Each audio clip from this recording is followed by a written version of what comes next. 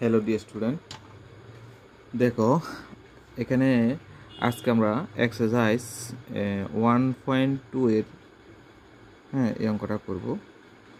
Sorry 1.3 এর অঙ্কটা করব। এখানে কি দেওয়া আছে দেখো, prove that √5 is a irrational number. তাহলে √5টাকে ইরেশনাল নাম্বার আমরা প্রমাণ করতে বলেছে। তাহলে কীভাবে প্রমাণ করব দেখো। তাহলে ইরেশনাল নাম্বার মানে কি, যে সংখ্যাটাকে p/q আকারে প্রকাশ করতে পারবো না তাকে আমরা বলবো ইরেশনাল নাম্বার। তো এটা কিন্তু আমাদের প্রমাণ করতে হবে। তাহলে দেখো, তাহলে আমরা প্রথমে কি করব, ধরে নিব √5টা একটা কি রেশনাল নাম্বার। লেট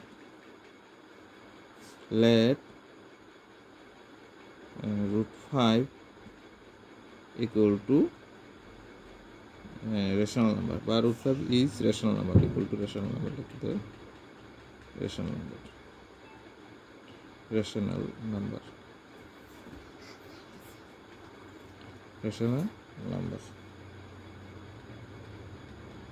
আমরা মানে ধরে নিলাম, জোর করি ধরে নিলাম যে √5টা একটা কি রেশনাল নাম্বার।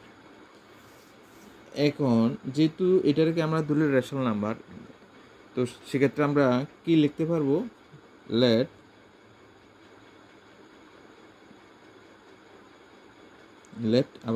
কিটা করব, লেট √5 equal to a/b। আমরা এটা নিলাম। তাহলে √5 equal to a/b।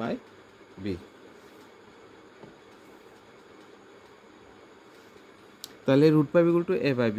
আচ্ছা, এখন a/bটা হলো কি, আচ্ছা a/bটা যেহেতু এটা রেশনাল নাম্বার ধরলাম, সুতরাং আমরা রেশনাল নাম্বার মানে কি, যেটাকে p/q আকারে অর্থাৎ a/b আকারে আমরা প্রকাশ করতে পারবো।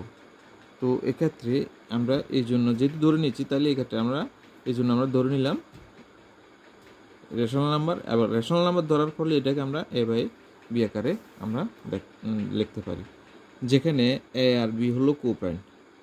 আবার b not equal to 0, যেখানে b not equal to 0, ঠিক আছে, b not equal to 0 আর a, b আর কোপ্রাইম নাম্বার, কোপ্রাইম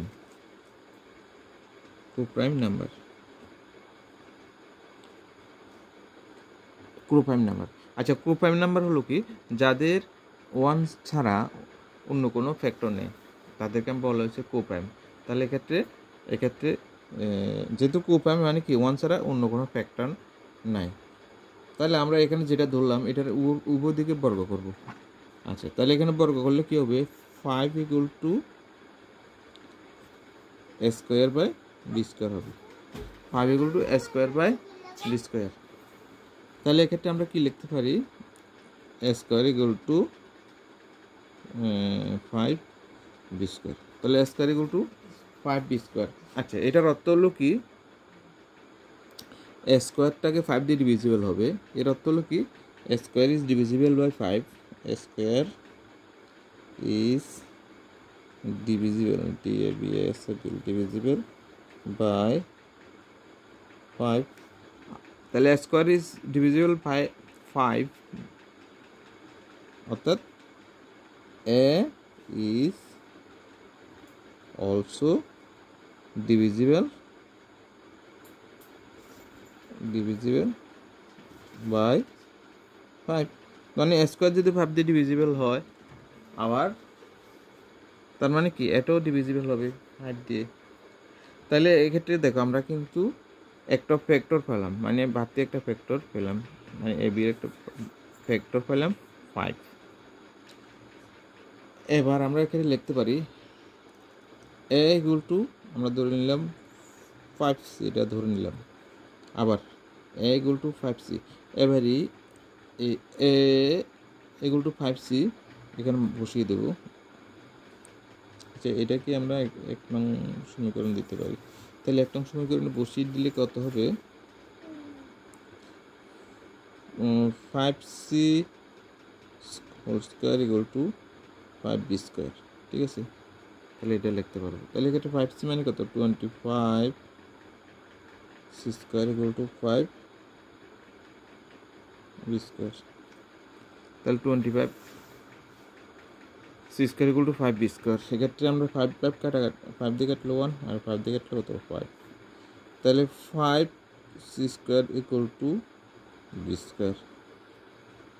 ঠিক আছে, তাহলে এক্ষেত্রে আবার আমরা লিখতে পারি b square is divisible by 5, b square is divisible by 5। এক্ষেত্রে আমরা আবার কি লিখতে পারি, b square is divisible by 5, অর্থাৎ b square is divisible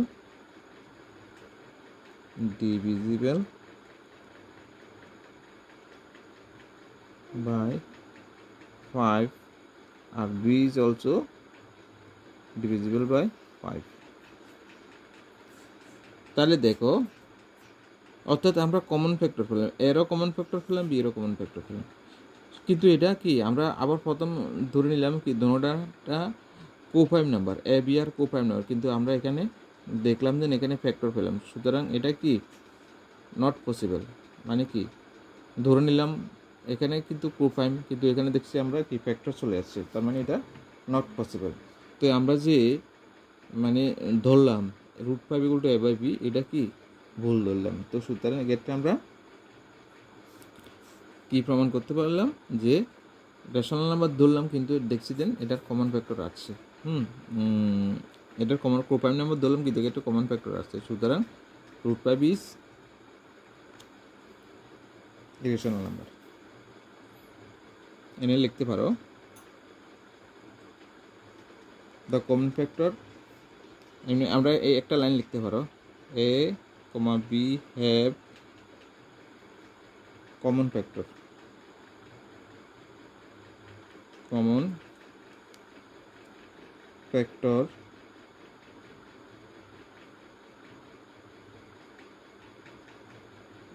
factor 5, but এর বি আমরা কমন ফ্যাক্টর 5 পেলাম, কিন্তু বাট আমরা শুরুতে কি ধরছি তারা coprime, but A comma B আর কোপ্রাইম নাম্বার। তার মানে কি এটা আমরা যেটা ধরছি এটা ভুল কথা, সুতরাং তারপর আমরা লিখতে পারি √5 is a irrational number, irrational number প্রমাণিত।